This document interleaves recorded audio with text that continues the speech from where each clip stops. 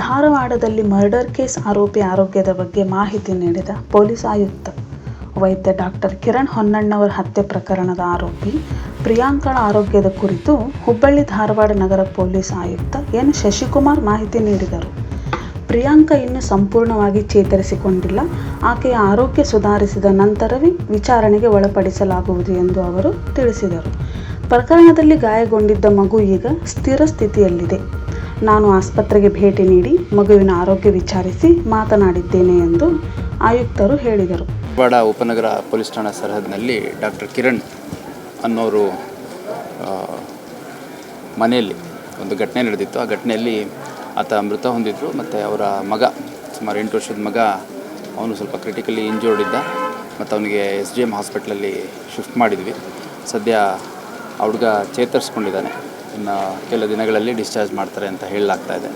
ಅದರ ಜೊತೆಗೆ ಆ ಒಂದು ಘಟನೆಯಲ್ಲಿ ಡಾಕ್ಟರ್ ಪ್ರಿಯಾಂಕಾ ಅನ್ನೋಂಥವಳೆ ಏನಿದ್ದಾಳೆ, ಡಾಕ್ಟರ್ ಕಿರಣ್ ಅವರ ವೈಫ್, ಆಕೆಯೇ ಹಲ್ಲೆ ಮಾಡಿ ಕೊಲೆ ಮಾಡಿದ್ದಾಳೆ ಮತ್ತು ಮಗುಗೂ ಚಾಕು ಹಾಕಿದ್ದಾಳೆ ಅಂತ ಕಿರಣ್ ಅವರ ಕುಟುಂಬ ಸದಸ್ಯರು ಆರೋಪಿಸಿದರು. ಅದೊಂದು ಕೊಲೆ ಪ್ರಕರಣ ದಾಖಲಾಗಿತ್ತು.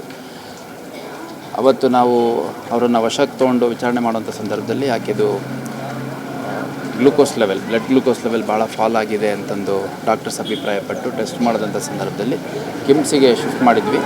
ಈಗ ಸ್ವಲ್ಪ ಸ್ಟೇಬಿಲೈಸ್ ಆಗಿದ್ದಾಳೆ. ಇನ್ನೂ not physically and mentally fit to give statement ಅಥವಾ ಎನ್ಕ್ವೈರಿ ಮಾಡಲಿಕ್ಕೆ ಇನ್ನೂ ಫಿಟ್ ಇಲ್ಲ ಅಂತ ಡಾಕ್ಟರ್ ಅಭಿಪ್ರಾಯಪಟ್ಟಿದ್ದಾರೆ.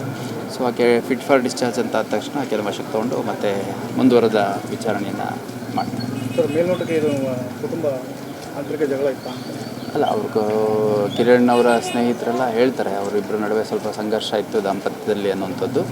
ಮತ್ತು ಕೂಲಂಕುಷವಾಗಿ ಇವಾಗ ಈಕೆನೇ ಹೇಳಬೇಕು ಏನಾಯಿತು, ಯಾವ ಒಂದು ಸಂದರ್ಭದಲ್ಲಿ ಘಟನೆ ಆಯಿತು ಅನ್ನೋಂಥದ್ದು ಆಕೆನೇ ಹೇಳಬೇಕಾಗತ್ತೆ.